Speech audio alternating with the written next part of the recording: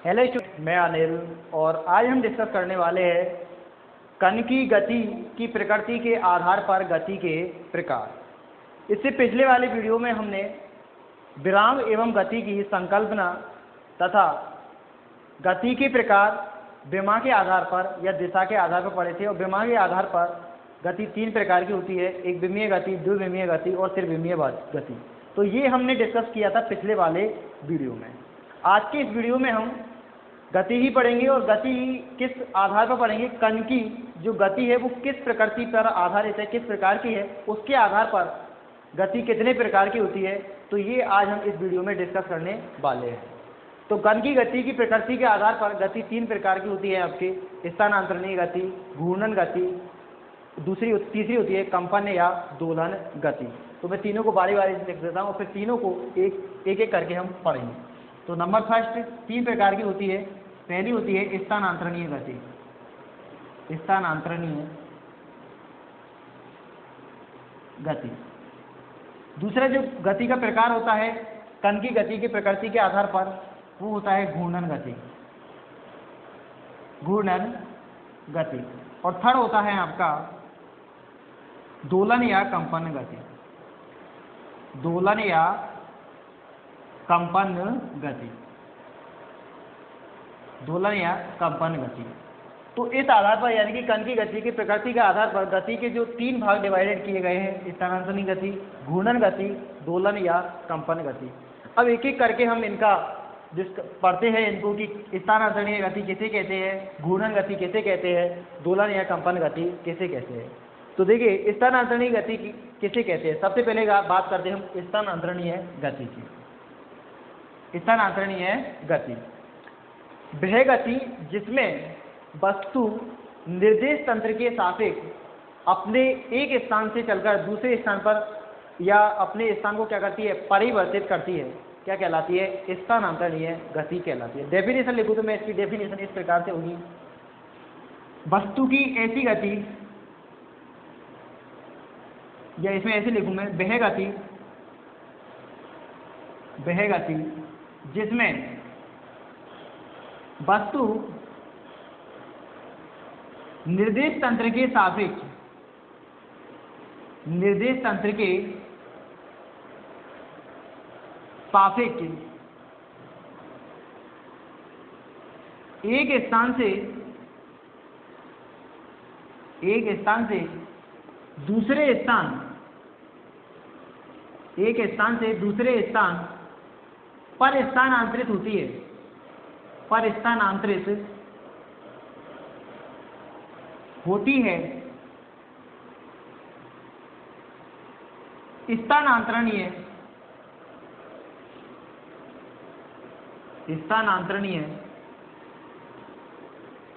गति कहलाती है। क्या कहलाती है, स्थानांतरणीय गति कहलाती है। ये हुई इसकी स्थानांतरणीय गति की डेफिनेशन। अब मैं आपको और सीधे सरल शब्दों में समझा दूँ इसको कि वह गति जिसमें वस्तु अपना क्या करती है, स्थान बदलती है, एक स्थान को छोड़ के दूसरे स्थान पर जाती है, ऐसी गति को हम क्या कहते हैं, स्थानांतरणीय गति कहते हैं। जैसे मान के चलो ये कह सकते हैं हम किसी सीधी सड़क पर वाहन की गति, उदाहरण के रूप में लिख सकते हैं हम, इसके एग्जाम्पल्स के रूप में लिख सकते हैं। जैसे सीधी सड़क पर वाहन की गति, सीधी सड़क पर वाहन की गति, इनकी कोई व्हीकल है, वाहन की गति। दूसरा एग्जाम्पल लिख सकते हैं हम इसमें, ऊपर से गिरती हुई वस्तु की गति, तो ये हमारे कुछ स्थानांतरणीय गति के उदाहरण है। काफ़ी सारे एग्जाम्पल है। अब जैसे मान के चलो मैं किसी समय पर इस पोजीशन में हूँ और अगले समय पर मेरी पोजीशन यहाँ से यहाँ हो जाती है, तो ये गति कौन सी हुई, स्थानांतरणीय गति हो गई, क्योंकि मैंने अपना स्थान चेंज कर दिया, स्थान मेरा क्या हो गया, परिवर्तित हो गया, मैं स्थानांतरित हो गया। तो हमारी गति कौन सी कहलाएगी, स्थानांतरणीय गति कहलाएगी। जैसे मान के चलो आप हो, घर से चल के विद्यालय आते हो, तो आपने कौन सी गति की, स्थानांतरणीय गति की, यानी कि घर से स्थान बदल के आपने कहाँ पहुँचा दिया, विद्यालय आ गए, तो आपकी गति कौन सी, स्थानांतरणीय गति हुई। तो इस प्रकार की गति को हम क्या कहते हैं, स्थानांतरणीय गति कहते थे।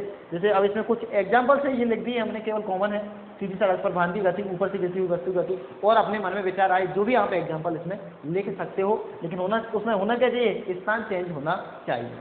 दूसरा प्रकार है आपका गति का घूर्णन गति।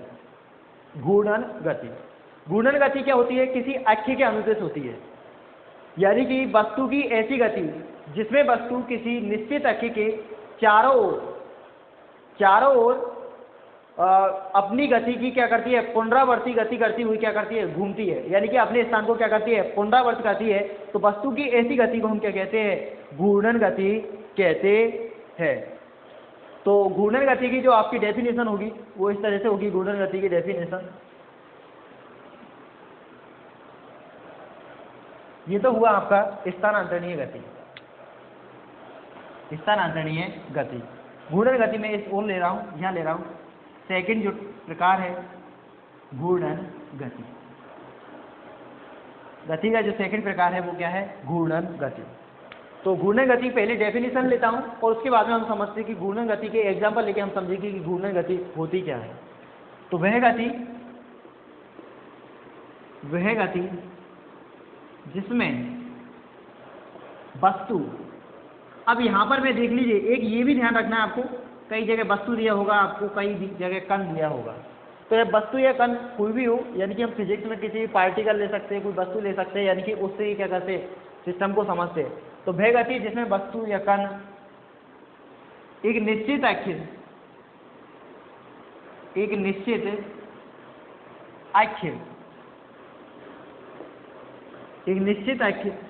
के चारों ओर परिक्रमण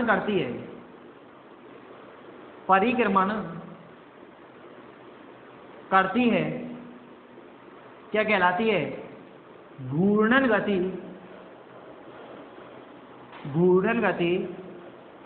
कहलाती।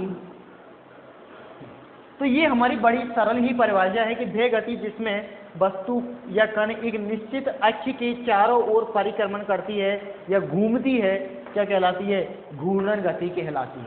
जैसे एग्जांपल ले, पंखे की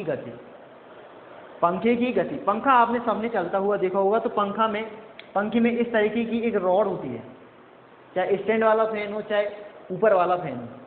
तो उस तरह से जो पंखा में एक रॉड होती है और पंखे में जो रॉड के चारों तरफ पंखुड़ियाँ क्या होती है, इस तरह से एक निश्चित पथ में उसके चारों ओर क्या करती रहती है, परिक्रमण करती रहती है। यानी इस स्थान से चली, वापस इस स्थान पर आ गई, वापस इस स्थान पर आ गई, वापस इस स्थान पर रोटेट हो गई। तो इस तरह की गति को हम क्या कहते हैं, घूर्णन गति कहते हैं। दूसरा एग्जाम्पल है आपका, जैसे कुम्हार के चाकी की गति। तो कुम्हार का चाक क्या होता है, आपने देखा होगा कि इस तरह से चाक होता है, उसमें एक यहाँ पर अक्ष होती है। तो इस अक्ष पर इसको क्या किया जाता है, घुमाया जाता है, रोटेट। यहाँ से हैंडल होता है तो यहाँ से इसको घुमाया जाता है। तो बार बार ये जो यहाँ पर जो हैंगर होता है, ये बार बार रोटेट होकर अपने पथ का परिक्रमण करते हुए इसी जगह पर पहुँच जाता है। तो इस गति को हम क्या कहते हैं, घूर्णन गति कहते हैं। और भी आपके जैसे एग्जाम्पल होते हैं, यदि मान के चलो जैसे साइकिल का पहिया है, तो साइकिल का पहिए में आप एक तरीके से ये कह सकते हैं कि दोनों प्रकार की गति होती है। जब साइकिल चलती है तो उसका जो टायर है वो घूर्णन गति के साथ साथ में, यानी कि अक्ष के चारों ओर तो घूम ही रहा है, साथ ही साथ में क्या कर रहा है, आगे भी बढ़ रहा है। तो इस प्रकार की जो एग्जाम्पल है उसमें घूर्णन गति और स्थानांतरण गति आपके दोनों होती है। तो उसको हम केवल घूर्णन गति के एग्जाम्पल में हम नहीं लिख सकते। तो घूर्णन गति के एग्जाम्पल में हम लिख सकते हैं जैसे पंखे की गति। दूसरा है आपका एग्जाम्पल कुम्हार के चाक की गति। कभी आपने मिट्टी के बर्तन बनते हुए देखा हो तो उसमें एक चाक प्रयोग होता है, ये एक युक्ति होती है, इसकी जो गति होती है वो घूर्णन गति होती है। घरों में आपने जो छोटी पुराने समय में जो चक्की देखी हो तो उसकी भी गति कैसी होती है, घूर्णन गति होती है। यानी कि एक निश्चित अक्ष के चारों ओर क्या होती है, घूर्णन होता है। तो इस प्रकार की गति को हम क्या कहते हैं, घूर्णन गति कहते हैं, जिसमें कोई कण या वस्तु एक निश्चित अक्ष के चारों ओर घूमता है। इस प्रकार की गति हमारी क्या कहलाती है, घूर्णन गति कहलाती है। तीसरा जो कण की गति की प्रकृति के आधार पर तीसरा जो प्रकार है, तो वो तीसरा प्रकार है आपका यहाँ पर थर्ड जो स्टेप है वो है आपका दोलन या कंपन गति। दोलन या कंपन गति। तो दोलन या कंपन गति किसे कहेंगे हम? वह गति जिसमें वस्तु अपनी माध्य स्थिति के इर्द गिर्द घूमती है या गति करती है, तो वस्तु की ऐसी गति को हम क्या कहते हैं? दोलन या कंपन गति कहते हैं। जैसे मान के चलो आपने दीवार घड़ियाँ देखी होंगी, दीवार घड़ियाँ होंगी, तो दीवार घड़ियों में आपके कई घड़ियों में एक पेंडुलम होता है। क्या होता है? पेंडुलम होता है। दूसरा, हाँ एक सॉरी, ये इस घूर्णन गति में मुझे घड़ी नाम से एक और याद आ गया, जैसे घड़ी की सुइयों की गति। घड़ी की सुइयों की गति भी क्या होती है? घूर्णन गति होती है। यानी कि एक निश्चित अक्ष होती है, उस निश्चित अक्ष के चारों ओर क्या होती है? घूमती रहती है। तो ऐसी गति को हम क्या कहते हैं? घूर्णन गति कहते हैं। बात आते हैं हमारी दोलन या कंपन गति। तो दीवार घड़ियों में आपने कई घड़ियाँ ऐसी देखी होंगी जिनमें पेंडुलम लगा हुआ होता है, जिसे हम क्या कहते हैं? लोलक कहते हैं। तो वो लोलक इस तरह से माध्य स्थिति के इर्द गिर्द इधर उधर क्या करता है? दोलन करता है। इस प्रकार की गति को ही हम क्या कहते हैं? दोलन गति कहते हैं। या दूसरा एग्जाम्पल मैं आपको लूँ कि यदि मान के चलो एक स्प्रिंग है और स्प्रिंग से हम एक द्रव्यमान लटका दें, तो उस द्रव्यमान की जो गति होगी ऊपर नीचे, एक माध्य स्थिति की ऊपर नीचे गति होगी, इस प्रकार की गति को ही हम क्या कहते हैं? दोलन गति कहते हैं। तो दोलन गति की डेफिनेशन होती है आपकी, वह गति जिसमें वस्तु माध्य स्थिति के इर्द गिर्द का मतलब है इधर उधर। वह गति जिसमें वस्तु माध्य स्थिति के इर्द गिर्द घूमती है दोलन गति कहलाती है। दोलन गति कहलाती है। क्या कहलाती है आपकी? दोलन गति, दोलन या कंपन गति कहलाती है। दोलन या कंपन गति कहती है। तो दोलनों की जब स्पीड बढ़ जाती है तो ऐसी गति को हम क्या कहते हैं? दोलन या कंपन गति कहते हैं। एग्जाम्पल के रूप में लिख सकते हैं हम, जैसे घड़ी के पेंडुलम की गति। घड़ी के पेंडुलम की गति। दूसरा एग्जाम्पल ले सकते हैं हम, स्प्रिंग से जुड़े द्रव्यमान, या फिर ले सकते हैं हम स्प्रिंग से जुड़े द्रव्यमान की गति। द्रव्यमान की गति, या फिर हम कहते हैं पिंड की गति, क्योंकि पिंड होगा तो पिंड का में भी क्या होगा? द्रव्यमान होगा अपना ही। तो ये आपके गतियों के तीन प्रकार थे। पहली थी हमारी स्थानांतरणीय गति, दूसरी थी हमारी घूर्णन गति यहाँ तक, और इसके बाद में तीसरी है हमारी दोलन या कंपन गति। तो दोलन या कंपन गति के एग्जाम्पल को मैं थोड़ा सा और समझा दूं, जैसे कि स्प्रिंग से जुड़े द्रव्यमान की गति कैसे आपके क्या होगी? दोलन गति कहेंगे हम, क्योंकि दोलन गति की परिभाषा होती है वह गति जिसमें वस्तु माध्य स्थिति के इर्द गिर्द दोलन करती है। तो मैं घड़ी के पेंडुलम वाला एग्जाम्पल और स्प्रिंग से जुड़े द्रव्यमान वाला दोनों को समझा रहा हूँ। जैसे मान के चलो, जब घड़ी में आपकी बैटरी नहीं होती है तो जो पेंडुलम होता है आपका, वो इस स्थिति में होता है। यानी कि इस स्थिति को हम क्या कहते हैं? माध्य स्थिति कहते हैं, जहाँ पर वो संतुलित होता है या संतुलन अवस्था कहते हैं। जब इसमें बैटरी लगा दी जाती है तो ये इस माध्य स्थिति, ये इसकी क्या हो गई? माध्य स्थिति हो गई। तो इस माध्य स्थिति की ये क्या हुआ? इधर उधर इर्द गिर्द इधर उधर क्या करेगा? चक्कर लगाएगा, घूमेगा। इस गति को हम क्या कहेंगे? दोलन गति कहेंगे। क्योंकि क्या कहते हैं हम? जिसमें माध्य स्थिति की इधर उधर गति होती है उसको क्या कहते हैं हम? दोलन गति कहते हैं। दूसरा स्प्रिंग वाला एग्जाम्पल समझाऊंगा।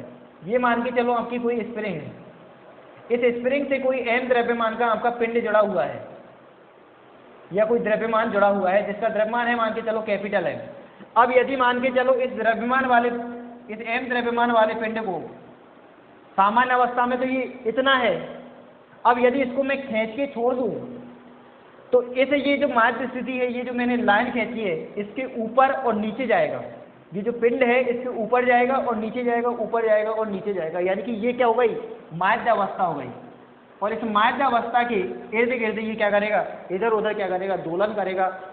तो इस प्रकार की गति को हम क्या कहते हैं? दोलन गति कहते हैं। तो ये था आपका कण की गति की प्रकृति के आधार पर गति के प्रकार: स्थानांतरणीय गति, घूर्णन गति, दोलन एवं कंपन गति।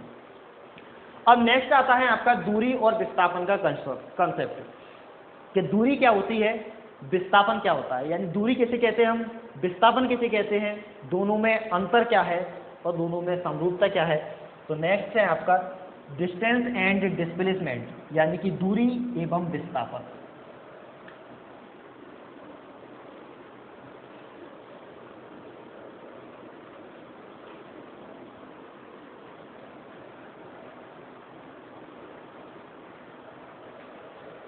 तो दूरी और विस्थापन दो चीजें हैं हमारी, दूरी यानी कि डिस्टेंस और दूसरा है आपका विस्थापन यानी कि डिस्प्लेसमेंट।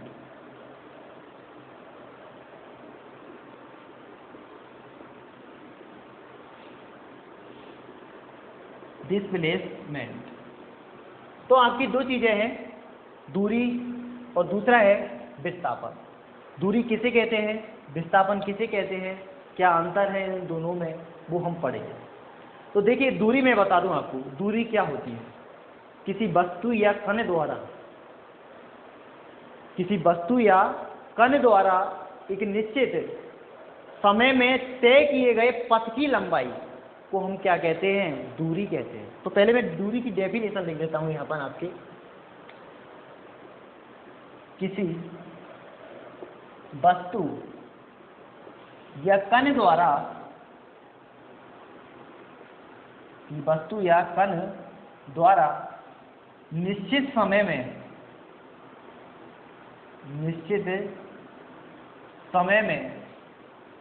तय किए गए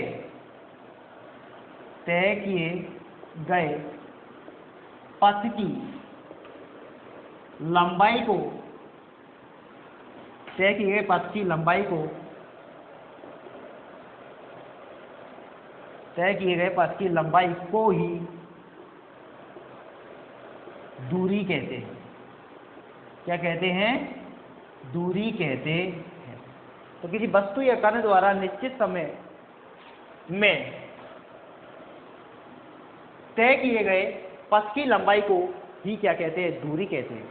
जैसे मान के चलो कोई वस्तु है बिंदु ए पर, ये बिंदु ए पर हो, कोई यहाँ पर कोई वस्तु है, ये वस्तु मान के चलो किसी समय टी पश्चात इस तरह से यहाँ से घूमती हुई यहाँ बिंदु बी पर पहुँच जाती है। तो ये इसमें जो पथ तय किया गया है, इस पथ की जो टोटल लंबाई होगी, लेंथ होगी, उस लेंथ को ही हम क्या कहेंगे, दूरी कहेंगे। अब आता है आपका विस्थापन। आगे हम दोनों को कंपैरिजन करके, तुलना करके पढ़ेंगे इसी वीडियो में। तो पहले विस्थापन को हम की डेफिनेशन लिख लें कि विस्थापन क्या होता है, डिस्प्लेसमेंट क्या होता है। तो विस्थापन मैं बताऊं आपको, विस्थापन की जो पहले डेफिनेशन लिख ले और डेफिनेशन के बाद में हम समझे। तो विस्थापन कैसे कहते हैं, किसी वस्तु या कण द्वारा निश्चित दिशा में निश्चित समय में तय की गई दूरी को, तय की गई सीधी दूरी को, एक शब्द और लगाएंगे हम, क्या, सीधी दूरी को विस्थापन कहते हैं। तो विस्थापन की जो परिभाषा होगी वो इस तरह से होगी, किसी वस्तु द्वारा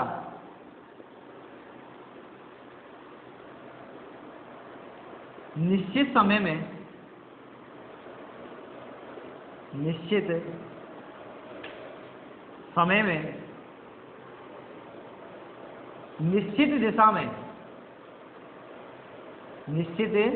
दिशा में एक अंतर आ रहा है आपका, वहां पे निश्चित समय है के साथ, यहाँ पे निश्चित समय के साथ में क्या आ रहा है, निश्चित दिशा आ रही है। निश्चित दिशा में तय की गई कैसी दूरी, सीधी दूरी।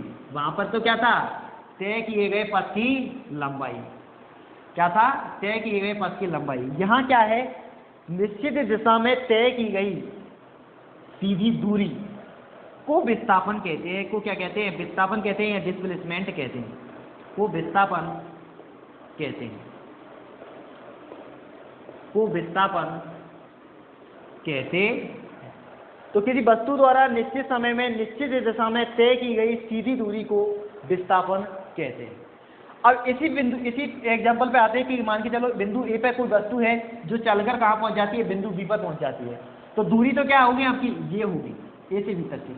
और विस्थापन क्या होगा, सीधी दूरी होगी, यानी कि ए से बी के बीच की ये सीधी दूरी होगी, वो क्या कहलाएगा? विस्थापन कहलाएगा। अब मैं आपको जैसे एक एग्जांपल और लेके यहाँ पर समझाता हूँ, जिससे आपके विस्थापन और दूरी का बिल्कुल कॉन्सेप्ट क्या हो जाएगा, क्लियर हो जाएगा कि विस्थापन क्या होता है और दूरी क्या होता है, दोनों में क्या अंतर है। तो एक कंसेप्ट लेता हूँ, जैसे मान के चलो आप जानते होंगे कि मैप में हम दिशाओं को किस तरह से व्यक्त करते हैं।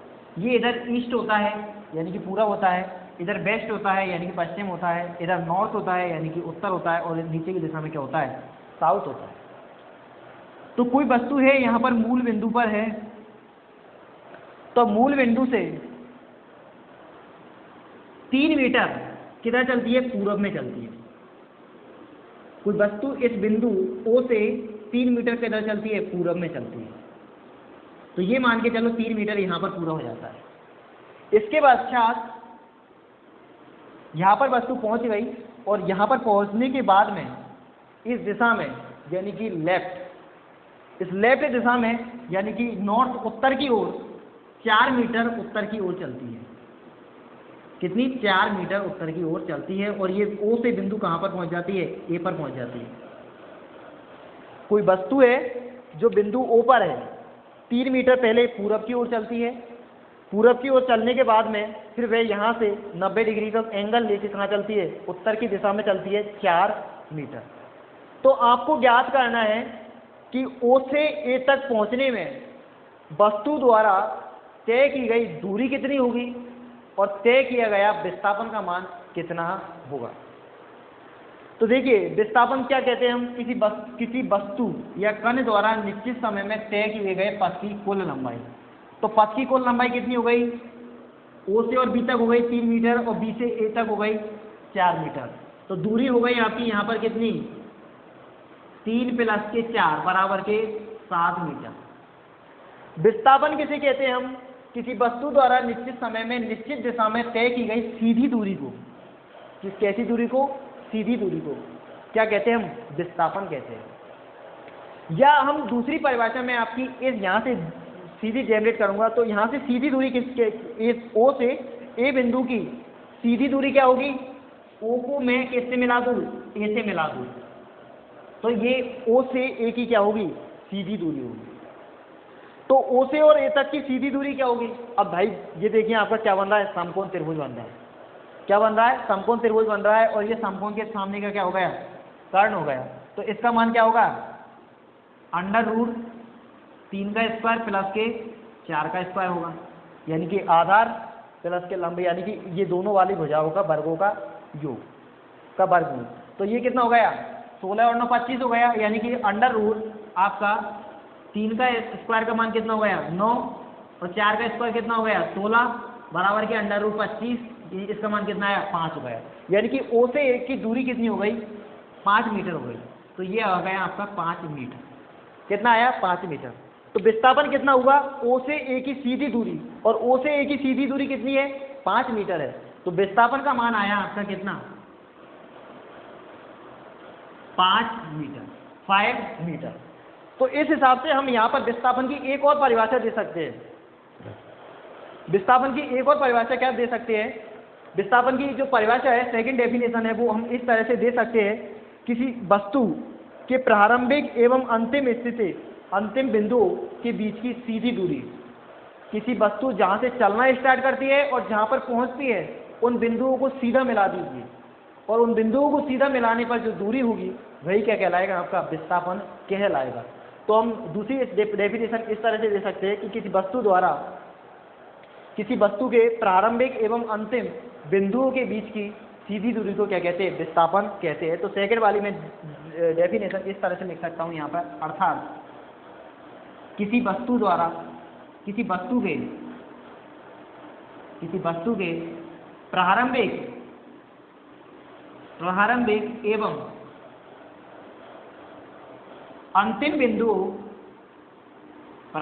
एवं अंतिम बिंदुओं के बीच की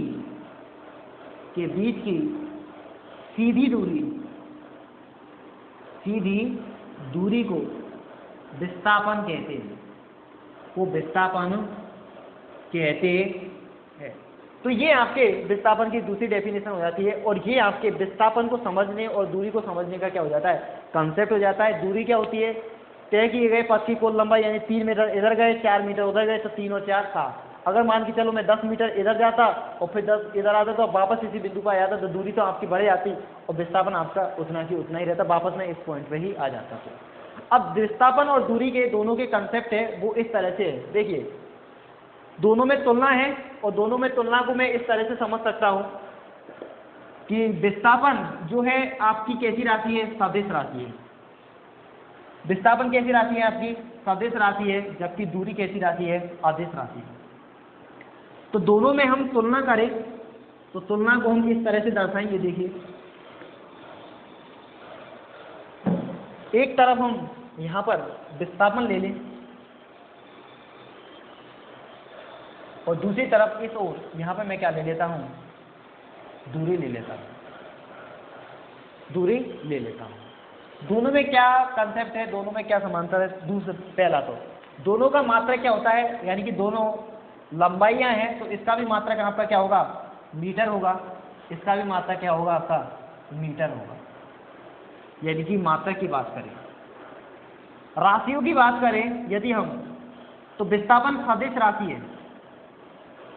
विस्थापन क्या राशि है, सदिश राशि है, क्योंकि इसमें क्या होती है, दिशा होती है।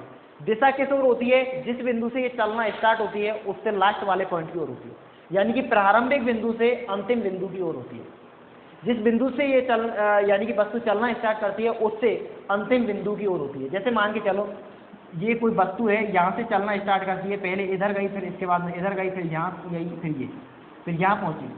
तो ये ए बिंदु से चली और बी बिंदु पर पहुंची, तो इसकी जो दिशा है वो कैसे होगी, प्रारंभिक एवं अंतिम, प्रारंभिक बिंदु से अंतिम बिंदु की ओर, तो डायरेक्शन इसकी इस ओर होगी। दूरी के लिए कोई दिशा की आवश्यकता नहीं है, इसलिए ये कैसी राशि है, अदिश राशि है। क्योंकि सदिश राशि किसे कहते हैं, ऐसी राशि है जिन्हें पूर्णतः व्यक्त करने के लिए परिमाण के साथ साथ किसकी आवश्यकता होती है, दिशा की आवश्यकता होती है। तो ऐसी राशि को हम क्या कहते हैं, सदिश राशि कहते हैं। तो विस्थापन आपकी सदिश राशि और दूरी क्या है, अदिश राशि, क्योंकि अदिश को व्यक्त करने के लिए किसकी आवश्यकता होती है, केवल परिमाण की आवश्यकता होती है। अब जैसे मान के चलो ये 5 मीटर होता है, ये आपके 4 मीटर होता, ये 3 मीटर होता, ये 2 मीटर होता, और ये मान के चलो और कुछ जितना भी है 10 मीटर होता है, या यहाँ पे ले लेता हूँ मैं 3 मीटर ही होता। तो दूरी तो हो जाती है आपकी 5 4 9 9 3 12 12 और 2 15 15 और 3 18, यानी कि सबका योग 5 प्लस के 4 प्लस के 3 प्लस के 2 प्लस के 3 बराबर की हो गया 3 2 5 5 3 8 और 8 4 12 12 और 5 17, यानी कि 17 मीटर हो जाती है। कितनी हो जाती है, 17 मीटर हो जाती है दूरी तो आपकी। लेकिन विस्थापन क्या होता है, विस्थापन हमें निकालना पड़ता है, यानी कि ये ए से और बी तक की जो सीधी दूरी है ये आपका क्या होता है, विस्थापन होता। तो विस्थापन सदिश राशि है, दूरी अदिश राशि है। एक और कंसेप्ट करूँ मैं हमेशा, ये जो है दूरी हमेशा कैसी होती है, धनात्मक होती है। दूरी कैसी होती है, हमेशा धनात्मक होती है। विस्थापन आपका